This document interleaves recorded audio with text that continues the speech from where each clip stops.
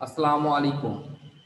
আজকে আমি BBA accounting fourth year ডিপার্টমেন্টের একটা ক্লাস নিব। ক্লাসটা অবশ্য বিবিএ ম্যানেজমেন্ট সেকেন্ড ইয়ারের জন্য গুরুত্বপূর্ণ, কস্ট অফ ক্যাপিটালের উপরে। কস্ট অফ ক্যাপিটালটা বিবিএ অ্যাকাউন্টিং ফোর্থ ইয়ারের portfolio management, investment analysis and portfolio management কোর্সের মধ্যে আছে। আর বিবিএ ম্যানেজমেন্ট সেকেন্ড ইয়ার যারা, তাদের প্রিন্সিপাল অফ ফিনান্স এই বইটার মধ্যে আছে। তো চ্যাপ্টারটা কিন্তু খুব গুরুত্বপূর্ণ। তো কস্ট অফ ক্যাপিটাল জিনিসটা কি এ সম্পর্কে আমরা ধারণা নিব। কস্ট অফ ক্যাপিটাল হচ্ছে মূলধনের ব্যয়। এরপর আমি পূর্বে একটা ক্লাস নিয়েছিলাম, সেখানে আমি সামগ্রিকভাবে এটা টপিকসটা বুঝিয়েছিলাম যে এখানে মোট 4টা উৎস আছে। একটা হচ্ছে আমাদের cost of preferred share, common share, debt আর রিটার্ন আর্নিং। তো এই 4টা উৎস হচ্ছে মূলধনের প্রধান 4টা উৎস, আর একটা প্রতিষ্ঠান এই 4টা উৎস নিয়েই ব্যবসা করে থাকে। তো এই চারটার উৎসের ব্যয় বের করতে হবে আমাদেরকে কস্ট অফ ক্যাপিটালের জন্য। তো কস্ট অফ ক্যাপিটাল কাকে বলে এটা আমি আবার একটু বলে নিই। কস্ট অফ ক্যাপিটাল সংজ্ঞাটা আমরা বলতে পারি যে প্রতিষ্ঠান যে 4টা উৎস থেকে মূলধন সংগ্রহ করতেছে, এই 4টা উৎসের ব্যয়, এর গড় ব্যয়। 4টা উৎসের আলাদা আলাদা ব্যয় হবে, এই 4টা উৎসের ব্যয়ের গড় ব্যয়কে আমরা বলতেছি কস্ট অফ ক্যাপিটাল। আমরা যদি এটাকে একটু রূপক অর্থে সংজ্ঞাটা করি, রূপক অর্থে সংজ্ঞাটা হচ্ছে এরকম যে একটা প্রতিষ্ঠানকে বাজারে টিকে থাকার জন্য, যে পূর্ণবৈধমূলক বাজার, এই পূর্ণবৈধমূলক বাজারে একটা প্রতিষ্ঠানকে টিকে থাকার জন্য তাকে ব্যবসা প্রতিষ্ঠান থেকে নর্মালি যে হারে আয় করতেই হবে, তাকে টিকে থাকার জন্য যে হারে আয় করতেই হবে, সেই হারটাকেও আমরা বলতে পারি কস্ট অফ ক্যাপিটাল। এটা একটা রূপক অর্থ হয়। অ্যানালিসিসটা কেমন? অ্যানালিসিসটা হচ্ছে আমি যে টাকা নিয়ে ব্যবসা শুরু করছি সেই টাকার ব্যয় আছে, সুযোগ ব্যয় তো কমপক্ষে আছেই, আর নির্দিষ্ট ব্যয়ও আছে। সুযোগ ব্যয় কি হবে? যে টাকাটা আমার নিজের হয় তাহলে এটা পুরোপুরি সুযোগ ব্যয় আছে একটা। আর টাকাটা যদি আমার অন্য কারো কাছ থেকে ধার করে আনা হয়, তাহলে তাকে যে হারে আমি সুদটা দিব সেটা ওই টাকার ব্যয়। তো যে ব্যয় হোক, সুযোগ ব্যয় হোক আর নির্দিষ্ট ব্যয় হোক, এই ব্যয়ের তো আমাকে শোধ করতেই হবে।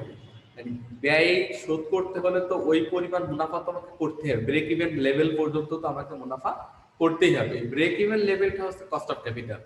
আর এর উপর যে লেভেল যেটা আমি বেশি করি, তোমার কস্ট অফ ক্যাপিটাল সে 8% হয়, তাহলে আমাকে অবশ্যই 8% লাভে পণ্য বিক্রি করতেই হবে।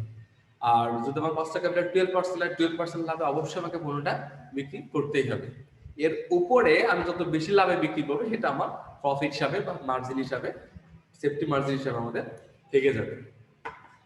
তো আমরা এখানে কস্ট অফ ক্যাপিটাল সম্পর্কে আমি আগের ক্লাসে ডেফিনেটলি করে পুরোটা এভারেজটা কিভাবে বের করতে হয় সে সম্পর্কে একটা সাম্যক ধারণা দিয়েছিলাম। তো আজকে আমি জাস্ট শুধুমাত্র একটা উৎস নিয়ে আলোচনা করব, সেটা হচ্ছে cost of debt. Cost of capital যেটা একটা উৎস, তো আমরা আজকে শুধুমাত্র একটা উৎস নিয়ে আলোচনা করব, সেটা হচ্ছে কস্ট অফ ডেট। তো আমরা স্ল্যাশ হতে আসি। কস্ট অফ ডেটে কি কি টপিকস আমরা পাবো? কস্ট অফ ডেটে আমরা দেখতেছি before tax and after tax, অর্থাৎ ঋণের উপরে। আমরা জানি যে ঋণ হচ্ছে একটা কর অ্যাডভান্টেজ ফান্ড। এই ঋণ হচ্ছে এমন ফান্ড যে ফান্ডের উপর আমরা কর সুযোগ সুবিধা পেয়ে থাকি। এই কারণে অনেক প্রতিষ্ঠান আছে যারা নিজেদের আর্থিক সচ্ছলতা থাকার পরেও তারা ঋণ নিয়ে থাকে জাস্ট একটা অ্যাডভান্টেজ নেওয়ার জন্য, সেটা হচ্ছে আমাদের ট্যাক্স অ্যাডভান্টেজটা নেওয়ার জন্য তারা ঋণটা নিয়ে থাকে। তো ঋণের ব্যয়টা আমরা কর পূর্ব বের করতে পারি, কর পরবর্তী বের করতে বলতে পারে। আর আমাদের মূলত weighted average cost of capital নির্ণয় করার জন্য শুধুমাত্র আফটার ট্যাক্স যে ব্যয়টা এটাই লাগবে। তো যদি আমরা একটা ব্যয় বের করি, একটা ব্যয় অর্থাৎ বিফোর বা আফটার দুটো সূত্র আমি এখানে আলোচনা করছিলাম, দুটো দেখি। তো ঋণটাকে আমরা যখন বন্ড ভ্যালুয়েশন চ্যাপ্টারটা আমি করছিলাম বা করাইছিলাম, সেই ক্লাসটা আমার আইডিতে আছে, আমার প্রোফাইলে আছে, দরকার হয় তোমরা দেখে নিতে পারবে। তো ওইখানে আমরা বন্ড সম্পর্কে ব্যাপক আলোচনা করেছিলাম, প্রায় 7টা বা 6টা ক্লাস দিয়েছিলাম ওর উপরে। তো এখন ওই বন্ড আর ডেটটা মূলত একই কথা, বন্ড আর ডেট একই কনসেপ্ট। আর এই ডেটের ব্যয় বের করতে হবে। ডেটের ব্যয়টাকে আমরা ডেটটাকে দুই ভাগে ভাগ করছি এখানে, একটা হচ্ছে অপরিশোধ্য আর একটা হচ্ছে পরিশোধ্য। পারপাসুয়াল ডেট চিরস্থায়ী ডেট যেটা যেটা পরিশোধ করা আমার লাগবে না, এই যে এখানে দেওয়া আছে পারপাসুয়াল ডেট।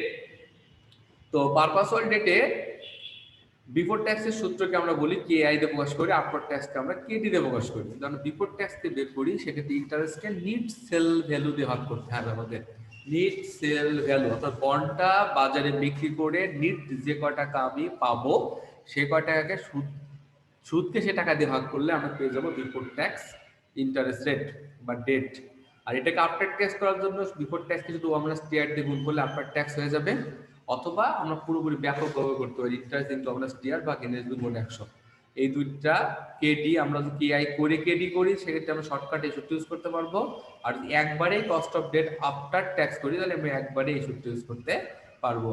ওকে সুপ্রিয় শিক্ষার্থী, আমরা কস্ট অফ ডেটের পারপাসুয়াল ডেট সম্পর্কে একটা সূত্রগুলো দেখলাম। এবার আমরা দেখব রিনিউয়েবল ডিবেঞ্চার বা রিনিউয়েবল ডেট যেটা যেটা পরিশোধযোগ্য ঋণপত্রের ব্যয়, যে ঋণটা আমাকে পরিশোধ করতে হবে। পরিশোধটা অবশ্যই নির্দিষ্ট কয়েক বছর পরে করতে হবে, এটা হতে পারে 5 বছর, হতে পারে 6 বছর, হতে পারে 7 বছর, যে কোনো ভাবে আমাকে পরিশোধ করতে হবে। বিফোর ট্যাক্স যদি আমরা বের করি পরিশোধ ডিবেঞ্চারের ব্যয় বা ডেটের ব্যয়, এটা সূত্র হবে ইন্টারেস্ট যোগ আরভি। আরভি 15 হচ্ছে রিডিমেবল যেটা redeemable value minus net sale value ভাগ number of year. Number of year বলতে আমরা এখানে বুঝবো যে কয় বছর পরে আমি ডিবেঞ্চারটা শোধ করব পরিশোধ করব সেটাকে আমরা বলতেছি নাম্বার অফ ইয়ার। এটাকে আমি ভাগ করব RV redeemable value plus net sale value ভাগ 2। এই অংশ দিয়ে আমাদের টোটালটা ভাগ করলে আমরা পেয়ে যাব কি বিফোর ট্যাক্স ডিবেঞ্চারের ব্যয়। এরপরে আফটার ট্যাক্স যদি আমরা করতে চাই জাস্ট বিফোর ট্যাক্স তো আমরা স্টেট দিয়ে গুণ করলে আমরা আফটার ট্যাক্স পাবো, যেটা আমরা আগে আলোচনা করছি একই কনসেপ্ট। আর যদি আমরা একবারে বিফোর আফটার না করে আলাদা আলাদা না করে আমরা একবারে কিন্তু আফটার ট্যাক্স প্রয়োজন পড়ে আমরা সেক্ষেত্রে একবারও সূত্রটা প্রয়োগ করতে পারি ইন্টারেস্ট ইনটু আমরা টিআর প্লাস আরবি মাইনাস এনএসজি ভাগ এন টোটাল ভাগ আরবি প্লাস এনএসজি ভাগ 2 গুণ 100। তাহলে আমরা এখানে ডিবেঞ্চারের ব্যয় সম্পর্কে একটা সাম্যক ধারণা পেলাম, পরিশোধ্য আর অপরিশোধ্য, কর পূর্ব আর কর পরবর্তী। যদি প্রশ্নের নিট সেল ভ্যালু সম্পর্কে তথ্য না থাকে তাহলে কিন্তু আমরা এই করতে পারবো শুধুমাত্র এই বিফোর কর পূর্ব সুদের হারে থাকলে আর যদি নিট সেল ভ্যালু না থাকে তাহলে শুধুমাত্র আমরা এতটুকু করলেই আমরা কর পরবর্তী ঋণের ব্যয় পেয়ে যাব। কিন্তু এটাও একটা নিয়ম আছে, যখন শুধু সুদের হার থাকে আর করের হার থাকে আর কোনো সেল ভ্যালু সম্পর্কে তথ্য থাকে না বা ফ্লোটেশন কস্ট থাকে না, সেক্ষেত্রে আমরা জাস্ট এতটুকু সূত্র করলে শুধুমাত্র আমরা কর পরবর্তী ঋণের ব্যয়টা পেয়ে যাব, যেটা আমাদের after tax cost of capital করতে কাজে লাগবে। তো ঠিক আছে, আমরা এখানে দুটো উদাহরণ নিয়ে আসছি, দুটো উদাহরণ নিয়ে আলোচনা করব। দুটো উদাহরণ আলোচনা করলে আমাদের ক্লাসটা শেষ হবে। প্রবলেম 1, টাকা 100 পার ডিবেঞ্চার রিনিউয়েবল এট পার 10 ইয়ার্স ম্যাচুরিটি। 100 টাকা মূল্যের একটা ডিবেঞ্চার যেটা 10 বছর পরে পরিশোধ করতে হবে, ম্যাথ করতে হবে আর কি। 10% কুপন রেট 10%, আর রিডিম করবে কিসে এট পারে, পরিশোধ করবে এট পার বলতে 100 টাকার ডিবেঞ্চার 100 টাকাতেই পরিশোধ করব, এখানে বলছে এটা যেটা সেটা বলা আছে। তো এরপরে 4% flotation cost on face value, face ভ্যালুর উপর ফ্লোটেশন কস্ট আছে 4%, সেলস প্রাইস 10 টাকা, ইনকাম ট্যাক্স এর 50%, ক্যালকুলেট কস্ট অফ ডিবেঞ্চার। এরকম একটা অঙ্ক বিপার্টে 4 মার্কের জন্য আসতে পারে। তো সলিউশন, যেহেতু আমাদের এখানে কস্ট অফ ডেট বের করতে বলছে, বিফোর আফটার কিছু বলা নেই, আমরা এখানে ধরে নিব যে এটা আমাদেরকে আফটার করতে হবে, সবসময় জন্য ডিবেঞ্চারের ব্যয় আমাকে আফটার নির্ণয় করতে হবে। তো দেখি আমরা কেডি সমান সূত্র হচ্ছে, সূত্র যেটা আলোচনা করলাম সূত্রটা আমার এখানে লেখা আছে, আমরা এই সূত্রের সাপেক্ষে আমরা এই তথ্যগুলো থেকে মানগুলো এখানে নির্ণয় করার চেষ্টা করেছি। ইন্টারেস্ট বের করার সূত্র হচ্ছে ফেস ভ্যালু যেটা দেওয়া আছে, ফেস ভ্যালু গুণ এই কুপন রেট, সারা জীবন বন্ড ডিবেঞ্চার ডেট মর্টগেজ এগুলো সুদ বের করার, প্রিফার্ড স্টক এগুলো সুদ বের করার একটাই রুল, ফেস ভ্যালু গুণ কুপন রেট।